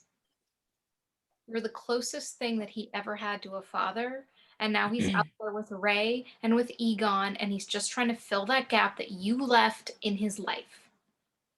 Venkman's shaken up, trying hard to fight the emotion from showing through on his face. And now who knows how long until you get bored of running the city. Suddenly, an ungodly, earth-shaking, subterranean bellow rumbles through the city. Dana and Venkman don't break their gaze. Especially now that you actually have to take some responsibility. Dana turns and heads after Walt, upset. Venkman stands in defeated silence, his face stone. Exterior city streets night. Stantz and the others emerge into the streets, people everywhere still gazing skyward. Adding to the pandemonium, another subterranean bellow. Ray grabs a CB radio out of the open window of the Ecto 1. Winston, you read me? Winston! I'm clear. We met up with the emergency escort on our way. Change of plan, Z. Rendezvous, Bridgermore docks. Looks like that pulsating cloud just awakened an elder god. We've got to try to cut it off before it flattens the city. After a moment of silence, Fine. Ray and the others hop into the Ecto 1 and peel out. Interior Mayoral Advisory Office night. Venkman is seated at a long table, flanked on all sides by advisors, emergency officials, chiefs of departments. They're all yelling, arguing, going over maps and plans. It's obvious Venkman has no say in the matter. He's merely the figurehead that will address the press once the time comes. Janine comes up next to Venkman, plopping down in a chair. In the corner of the room, a television streams live aerial footage of the glowing spooks and specters as they whip around the city. It's an amazing sight, Wendy. This bizarre black cloud just moments ago shot some sort of energy beam down into the ocean. On the screen, the aerial footage suddenly whips to the right, spotting the Ecto 1 speeding through the busiest streets. The camera tracks with it. And a Ghostbusters unit is making its way south through the congested streets. It now looks like it's come to a stop at the Brudgemore dockyards at the tip of the island. On the screen, Stantz, Egon, and William exit the vehicle, grabbing the classic proton packs from the back hatch. Wendy, it looks like some members of the Ghostbusters team are convening at the edge of the island. What they're doing there is anyone's guess. Venkman sits up, watching the screen. Janine takes notice. Exterior city streets night. The news chopper hovers in the air above Stantz, Egon, and Williams. Off in the distance, the gargantuan, electrically charged cloud continues to loom mightily over the ocean. A crowd of people spot Stantz and the other. Hey, it's the Ghostbusters! More and more people begin to come over, forming a crowd that grows larger and larger. Stantz and Egon relish the attention, wave, and greet them.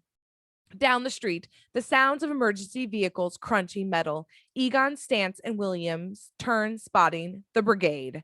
30 cop cars, 20 military jeeps, and 4 Ecto SUVs, all of them with lights on and sirens blazing, and they're led by a city bulldozer that's pushing abandoned cars out of the way. There's your tax dollars at work right there. The emergency vehicles all span out and stop, cops and soldiers exiting and leading Winston and the rest of the team out to meet Ray, Egon, and Williams. Out of another Ghostbusters vehicle emerges several of the recently unemployed members of the company, all suited up. The Ghostbusters team convene in the middle of the street, hundreds of onlookers and military personnel behind them. Ray puts a reassuring arm around Oscar, still covered in slime. You all right, kid? I think so. Who'd have thought, huh? There's some wonky genes in your family tree, sport. So what's the plan here? Okay, everyone. We have very strong reasons to believe that an elder god is at this very moment making its way through the ocean depths on a crash course to New York City. The police and military all inch in closer, everyone's attention rapt. And our best course of action is to stop it right here along the water's edge. Captain? The brigade captain stands next to Stantz, addressing his troops. Spread out for an even dispersal. Everybody in positions now! The massive military crowd all spread out, the brigadier captain commanding the cops and troops, Ray Stantz barking orders at his unit of Ghostbusters. They all spread out along the water's edge, the Ghostbusters team in the center, flanked on either side by the military troops and jeeps. The ground shakes. Everyone gets jostled a little off to the center. Another massive impact. The creature nears. Hold it nice and steady.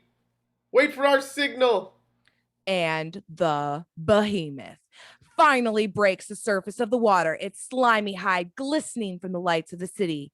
The military and the police gawk upward, their faces full of disbelief. The Ghostbusters gawk upward, equally shaken. The behemoth has risen from the depths. Police helicopters circle it, illuminating bits of it with hovering spotlights. Its size is immense. Its visage, a tangled web of writhing tentacles spotted with thousands of unblinking eyes. Its arms reach out, pulling its backside up from the ocean. Every step forward elicits a massive rumble. Let her rip! The entire line of uniformed men and women open fire. 30 caliber machine guns rattle off alongside rockets, which rattle off alongside swaying, crackling proton beams. It's an amazing, deafening sight. The ballistic assault peppers the gargantuan monster in puffing clouds of impact smoke. The proton beams scorch and rip at its flesh, splitting open small pockets of scaly flesh that dump green bile to the streets below. The monster rears back its head, roaring to the heavens, its countless tentacles writhing and ripping to and fro. The squad firing relentlessly, damaging the monster, but only slowing it down. It loses balance, shuddering to the left and crashing beneath the water, its gigantic limbs flailing, disappearing below as the tidal surge billows forward, spraying the unit along the water's edge, knocking over most of them, drenching everyone. Ray and Egon are slow to their feet, sopping wet. We've got to keep blasting it. We're slowing it down. But I don't think we're stopping it. Is that it? Did we get it? Ray and Egon exchange worried glances. We may need to rethink our strategy here, fellas. And we're getting double time for this, right? And the behemoth crests above the tumultuous waves, rising once more, pissed off, battle-scarred. Get the hell out of here, everybody! And the giant monster lumbers over top of them. Everyone scatters for cover. The behemoth makes its way into the city, smashing through buildings. Ray and the others congregate, spirits zapped. It doesn't look good. Even at full output, the proton packs don't have the juice to take that thing down. Not the way we're using them. Winston and Egon know all too well what that means. You may be right. Crossing the streams may be the only way. You were lucky to survive that last time, fellas. Ray looks at the path of smoking destruction led by the giant. There's no time to argue. 3 packs at full Neutronus should be sufficient. Cross the streams, send this thing back to hell. Another Ghostbusters recruit protests around them. What the hell? You'd be vaporized. It's not worth it, guys. It's not worth your life. I need you to authorize my unemployment. Oscar stands off to the side, sucker punched by the news. There's got to be a better way than that, Ray. Ray doesn't have the gump to look Oscar in the eye. That thing's tearing through the city as we speak. There's no time to argue about this. But, Ray. Finally, Stantz makes eye contact with the kid. Oscar's eyes are getting wet. There's a chance we'll be all right, kid. but we've got to roll the dice on this one. It's the only way. Ray, Egon, I love you guys. I love this city. But I got a wife and 2 kids I love more than anything else. We completely understand. We never asked you to do that, Z. From behind the three of them, a new voice. Come here, Squirt. Egon, Ray, and Winston turn to see Pete Venkman taking off Oscar's proton pack. I could have sworn you said you'd never put one of these things on ever again. Last time. Trust me. So what? That's it? You're just gonna march off to die? Venkman looks over to Ray, Egon, and Winston, then back to Oscar. Listen, I don't expect you to understand all this right now. You're fucking right. I don't understand right now. The only ones who can do anything about this, kid. I wish to hell there were other people out there, but there's not right now. Venkman begins to walk over to the waiting Ecto-1, shamefaced. Oscar trudges alongside him, getting angrier. So that's it. You're leaving again. You're abandoning me again. Venkman stops dead in his tracks, turning to face him again. Tracy, Parker, Williams, and the other recruits grapple onto Oscar, trying to hold him back. I know I wasn't the best dad. Wasn't even a good one, but maybe now you'll see. And with that, Venkman joins Stantz, Winston, and Spengler at the Ecto-1. Oscar tries to break free of the other recruits who hold him back. Take me with you. I want to come with you. Don't go. Don't leave. Please. He's fighting and kicking, upset as all hell. Winston, Stantz, and Egon and Venkman stand next to the idling car, barely able to make eye contact with him as he's held back. Thank you for helping, Pete. We couldn't successfully activate subatomic particle reversal without you. Do I ever miss the chance to be on the news with you dopes? Exterior city streets night. The Ecto-1 speeds through the streets, following in the wake of destruction left by the mammoth beast. Interior Ecto-1 night. The original Ghostbusters crew are at the ready. None of them, however, save Winston, dressed in the jumpsuits. It looks like it's running parallel to 16th Street. Let's cut it off at Baymore. We've got to get high up, though. Rooftops, most likely. Cut it to 7th, fastest way up. No, take Figueroa. Less intersections. All the traffic's going to get routed that way. Zeddy, you're going to get stuck. God damn it, Venkman. Shut up and let me take care of this. You haven't cared about any of this for 15 years. Egon and Winston exchange oh shit glances. The Ecto-1 takes another corner hard. Ray, I moved on with my life. I know how easy it is for you to walk away from this, Pete, but not us. Not when we know what's always at stake. Ray, you had so many franchise buyout offers. You could be a millionaire right now. This company took over your life. That's why I got the hell out when I did. It was a hell of a ride, but I have other things that I want to do in my life, and this thing was getting in the way of too many of them. Pete turns to stare Ray in the eyes. Have you ever thought about that? Ray sits, steaming. Well, I guess none of that matters now. You're telling me.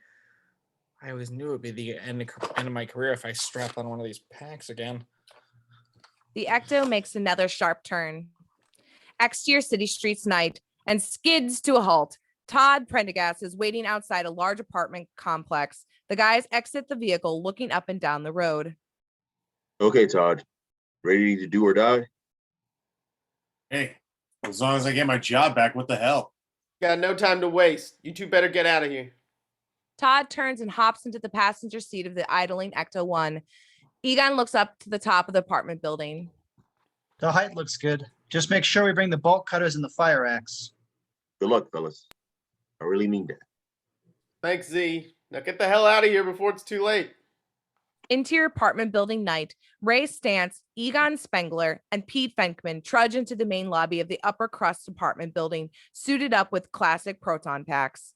The doorman looks up, spotting the Ghostbusters entering with proton packs, a fire axe, bolt cutters. He jumps to his feet, walking alongside them. The Ghostbusters. Here? Now?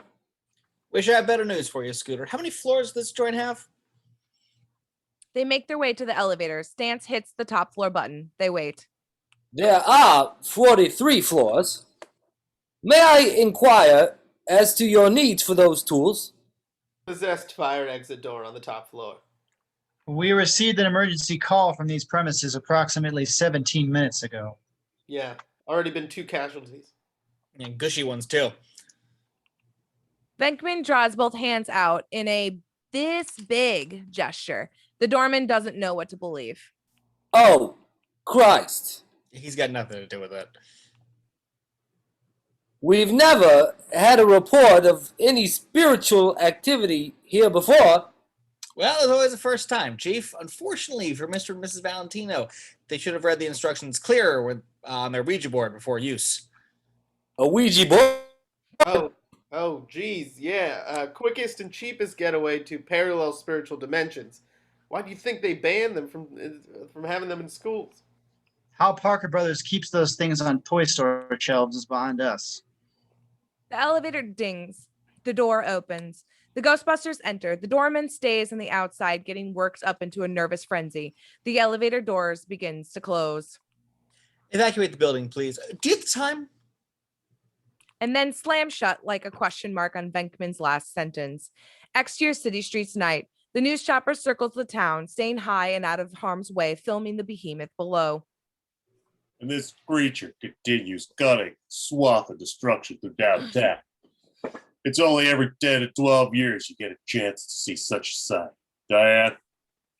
The Ecto One squeals around a corner below, following in the destructive wake of the shambling elder god as it makes its way through Midtown Manhattan. There's another sight. Looks like Ghostbusters are in hot pursuit. Interior Ecto One night. Winston cuts another corner hard. Prendaghast has suited up with a proton pack, leaning out his open window. Wait till I get in nice and close, and then let it have it. Really? That's your plan? As if on cue, through the smoke up ahead, the behemoth materializes. Do it. Cook it. Prendaghast leans further out the window, screaming in terror as he sprays the behemoth with a proton beam. Exterior rooftop dawn. The exit door is busted open. The 3 Ghostbusters come out onto the roof, taking in the great view of the smoking cityscape. Great prize for a view like this. You mean eternal damnation? All right, the thing you should be making it's way towards us any minute. It's making its way towards us any minute. Get into position. Spreading out evenly at the edge of the building, overlooking the streets below, the 3 stand guard, anxious and patient. The silence again, the 3 of them together for the first time in close to 20 years. Guess I have to choose a way to go. Yeah. Better than dying of old age in some nursing home in East Texas. Speak for yourself, Ray. The street below reveals the Ecto One off in the distance, making its way towards the foot of the building, a proton stream shooting backwards out of the moving vehicle, scorching the flesh of the in-pursuit behemoth. Here it comes. The Ecto One skids around a sharp corner, leading the gargantuan creature directly into the Ghostbusters' path. The Ghostbusters 3 turn on their packs. They hum to life, that old familiar sound. Full Neutronus. They click the sticks. The proton packs emit a low growl as the energy output has been adjusted to the max. My back is getting hot. The 3 look to one another a final time, conveying the oldest of sentiments wordlessly. This is it, and they know it. In the sky ahead, they spot the news helicopter approaching. All right, fellas, let's set an example. They let loose 3 torrents of undulating energy. The proton streams have never looked like this before. They're bright white. On the behemoth, its features more clearly illuminated now as it's blasted by the 4 highly energized proton streams. The immense deity is punched backwards, its tentacled head whipping into the air as it's shoved off balance. Venkman, Spengler, and Stantz try hard to steady the proton wands. The vibrations are immense, their faces wrecked with pain as they're blasted by unseen winds. And the towering behemoth lets loose a soul-shattering bellow. It regains its posture, lumbering forward against the onslaught of the 3 proton streams, scorching its surface. All right, fellas, you know the drill. Do it. Cross the streams. The Ghostbusters once again do the unthinkable, slowly moving their proton wands inward towards each other. The proton streams inch ever closer, their energies drawn to one another. They tangle, sprayed blue sparks. The 3 streams fuse into one supercharged beam. High angle, the news chopper footage shows all of this happening as it circles the carnage from above. And something extraordinary is happening down there. It looks like Ghostbusters have this thing on the ropes. Interior Mayor's office night. Dana and Walt watch the whole thing unfold on the television set.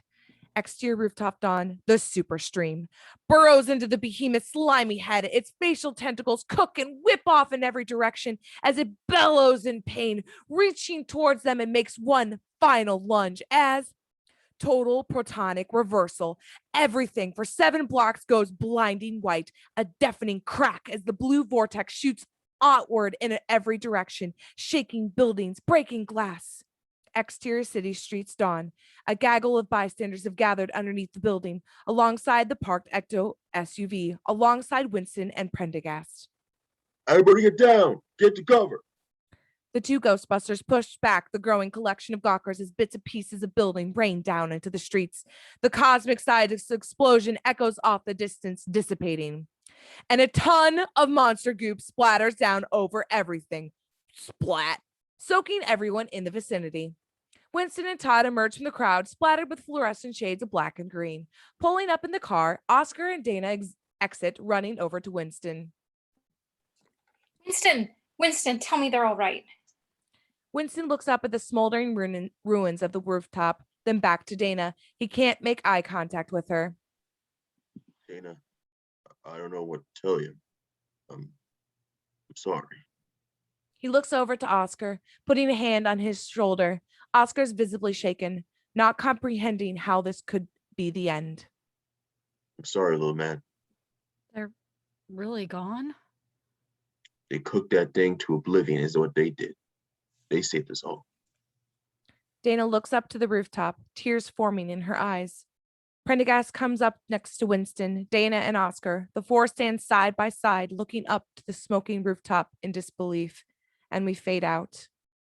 Interior Ghostbusters headquarter day, and fade in to reveal 3 portraits, Stantz, Spengler, and Venkman, framed and mounted on the wall within the firehouse. The words "In Memoriam" are stenciled underneath them.